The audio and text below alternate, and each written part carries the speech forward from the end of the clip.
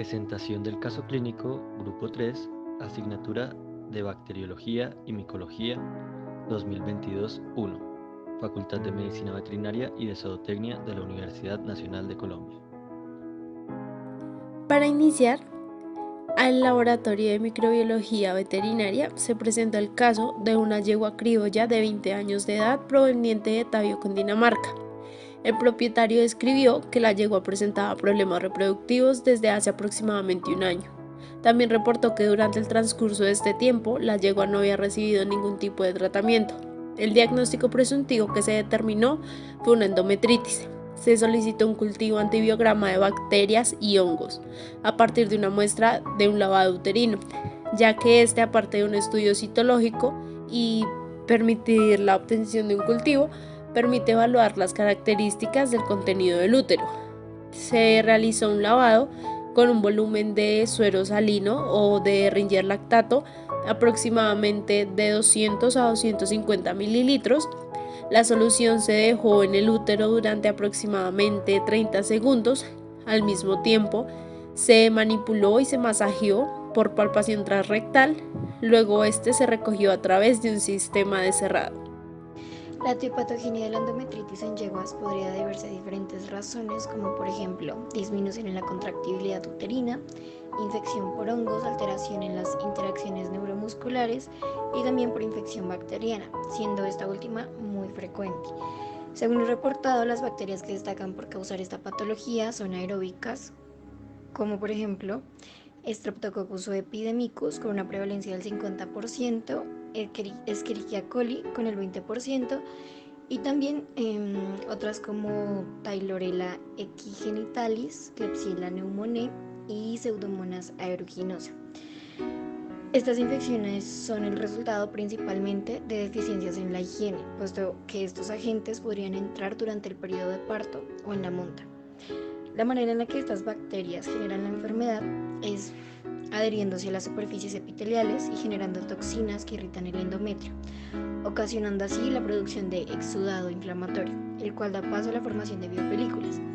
Estas biopelículas les dan una matriz adhesiva, por lo que por medio de esta pueden generar una resistencia a los antibióticos que se estén suministrando y a las defensas tanto celulares como humorales. En el caso de Streptococcus epidemicus, cabe resaltar que es un patógeno que hace parte de la flora de la parte caudal del tracto reproductivo de la yegua. Sin embargo, llega a causar infección cuando llega al útero por vía ascendente. Para llegar a esta zona, debe atravesar 3 barreras: la vulva, el esfínter vestíbulo-vaginal y el cuello uterino, las cuales puede atravesar con relativa facilidad si hay deficiencias en el mecanismo de defensa de la hembra. Por otro lado, la endometritis fúngica es menos frecuente y por lo general puede ocasionarse por el uso excesivo de antibióticos. Para que los hongos sean agentes causales de esta patología se requiere determinadas condiciones, como por ejemplo que el útero esté significativamente alterado, en donde sus mecanismos de defensa no respondan de una manera normal, debido, por ejemplo, a que la yegua esté sufriendo de procesos de inmunosupresión. Para poder realizar el diagnóstico de laboratorio, se tomaron las consideraciones necesarias específicas para Pseudomonas putida. Las bacterias del género Pseudomonas se caracterizan por ser bacilos gram-negativos, rectos o ligeramente curvados, de respiración aeróbica, móviles, no esporoformadores, no fermentadores, oxidasa y catalasa positivos. Destaca además su capacidad de formar biopelículas y su ligero olor a frutas. Otra característica de algunas especies del género Pseudomonas es la capacidad de producir algunos pigmentos como la pioverdina, de color amarillo verdoso, que al exponerse a la luz ultravioleta presenta fluorescencia. Sus requerimientos nutricionales no son exigentes, por lo que crece en casi todos los medios de cultivos, exceptuando aquellos que sean selectivos para alguna especie en particular o que contengan antibióticos o sustancias que inhiban el crecimiento. Su cultivo puede realizarse en agar sangre o en agar cetrimida, que es uno de los medios que se utiliza para inducir la producción de pioverdina. Según Larkins 2016, tras el aislamiento y el crecimiento de una placa de agar LB, las colonias de Pseudomonas putida aparecen en su mayoría translúcidas e incoloras. Son de forma umbonada y redondeadas, con márgenes lisos y enteros. Las colonias aparecen brillantes, pero no mucoides. Las pruebas bioquímicas van a permitir determinar las características metabólicas de la bacteria en estudio. La prueba de oxidasa permite precisar la presencia de enzimas oxidasas, pues la reacción de estas se debe a la presencia de un sistema citocromo oxidasa, que va a activar la oxidación del citocromo. La presencia de oxidasa está ligada a la producción de catalasa, ya que esta degrada el peróxido de hidrógeno que se produce como consecuencia de la reducción del oxígeno y cuya acumulación es tóxica. Esta prueba permite diferenciar a este género del grupo de las enterobacterias. La reacción positiva dará una aparición rápida de coloración azul y en una reacción negativa no habrá aparición de color. En este caso, Pseudomonas putida es oxidasa positivo. Por otra parte, la prueba de oxidofermentación va a determinar si la utilización de los carbohidratos por parte de un microorganismo se realiza por vía oxidativa o por vía fermentativa. Lo que se observaría en presencia de una pseudomona sería en un tubo abierto un color amarillo, lo que indica una acidificación oxidativa, y en un tubo cerrado no habría cambio del medio, lo que dejaría en evidencia una conservación del color verde, pues no presentaría crecimiento en anaerobiosis, como se muestra en las imágenes de la parte derecha. También se presenta la siembra de Nagarse trimide, como se mencionó anteriormente, con la cual se pueden diferenciar 4 especies de pseudomonas, como se evidencian en la tabla. En estas se caracterizan por ser no oxidasa positivo, por crecer a 41 grados Celsius o si son positivos para gelatinasa. En el caso de Pseudomonas putida tenemos que es oxidasa positivo, pero no crece a 41 grados Celsius. También es negativo para gelatinasa, negativo para piocianina y es positivo para fluoresceína, lo cual permite evidenciar las diferentes características con respecto a las otras especies. Y en cuanto a las técnicas de tinción, la principal es la tinción de Gram, donde se evidencian bacilos con una tinción entre rosa y rojo, identificándose como Gram negativos. Interpretación de los resultados y relación entre la clínica y el resultado del laboratorio.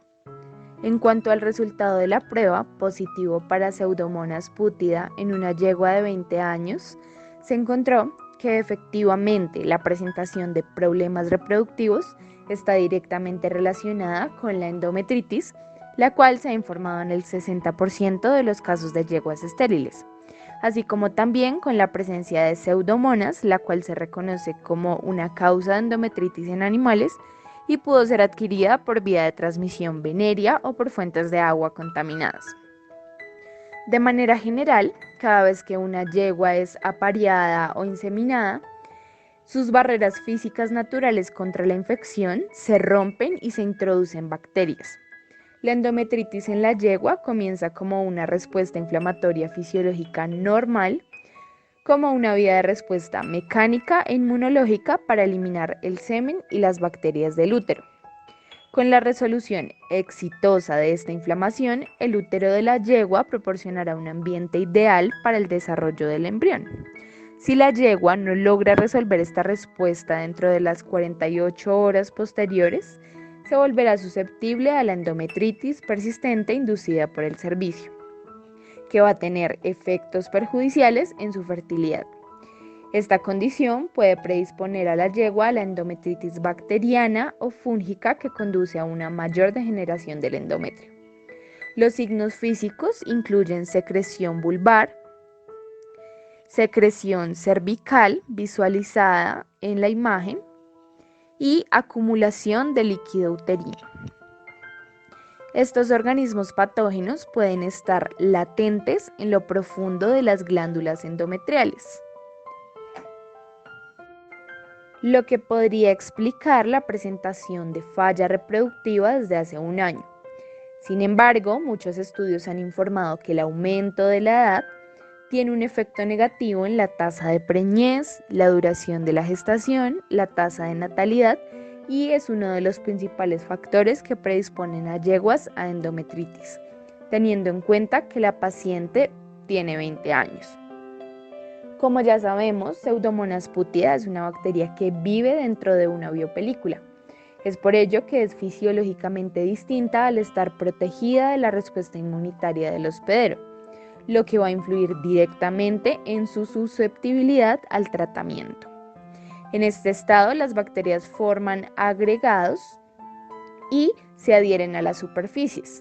Las bacterias dentro de la biopelícula sobreviven con un metabolismo deprimido y tasas de replicación más bajas, pero los antibióticos solo actúan contra bacterias metabólicamente activas o que se multiplican rápidamente.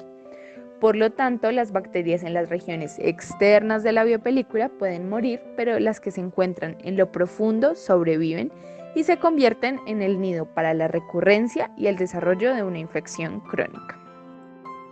La infertilidad es un factor que se presenta como causa de la endometritis, que en la mayoría de los casos se da a raíz de abordajes terapéuticos insatisfactorios por la emisión de diagnósticos inadecuados, incidiendo en pérdidas económicas desde el punto de vista productivo. En ese sentido, la endometritis bacteriana se reconoce como una de las principales causas de problemas reproductivos en yeguas, siendo la tercera patología más frecuente en yeguas adultas. Poder establecer el tipo de microorganismos presentes en el tejido afectado facilita la realización de pruebas de sensibilidad o antibiogramas para suministrar un tratamiento adecuado que no intensifique ni la resistencia antimicrobiana que suelen presentar a diversos antibióticos las especies de pseudomonas, ni los efectos desfavorables de los tratamientos en el curso de la patología.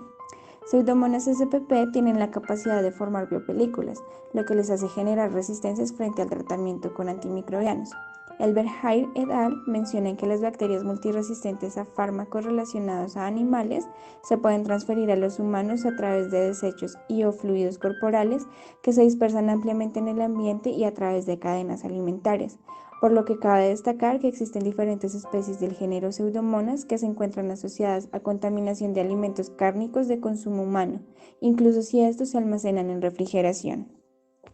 Estudios recientes sugieren que Pseudomonas putida producen enzimas metalo-beta-lactamases de tipo B y M1 que les confieren resistencia a beta-lactámicos a excepción de los monobactámicos. Adicionalmente cuentan con la capacidad de hidrolizar carbapenémicos y han exhibido patrones de resistencia variables a aminoglucósidos y a fluoroquinolonas. Pese a estos reportes, hay autores que afirman que los tratamientos con dichos antimicrobianos llegan a mejorar su acción cuando se usan en combinación con lavados uterinos con soluciones salinas, ya que mediante este lavado se eliminan subproductos del proceso inflamatorio de algunas de las bacterias presentes en el tejido uterino. También es posible encontrar buenos resultados empleando tratamientos de amplio espectro como piperacilina combinada con un aminoglucósido, igual que ceftazidima. Con el uso de tratamientos de amplio espectro se debe tener en cuenta que las pseudomonas resistentes a antimicrobianos se convierten en colonias dominantes cuando las bacterias de la microbiota natural son susceptibles a ellos. Frente a los mecanismos de prevención, se reitera que estos microorganismos proliferan en ambientes acuosos y húmedos, por lo que se puede disminuir su incidencia mediante prácticas sencillas como el lavado de bebederos y de canales de drenajes de aguas.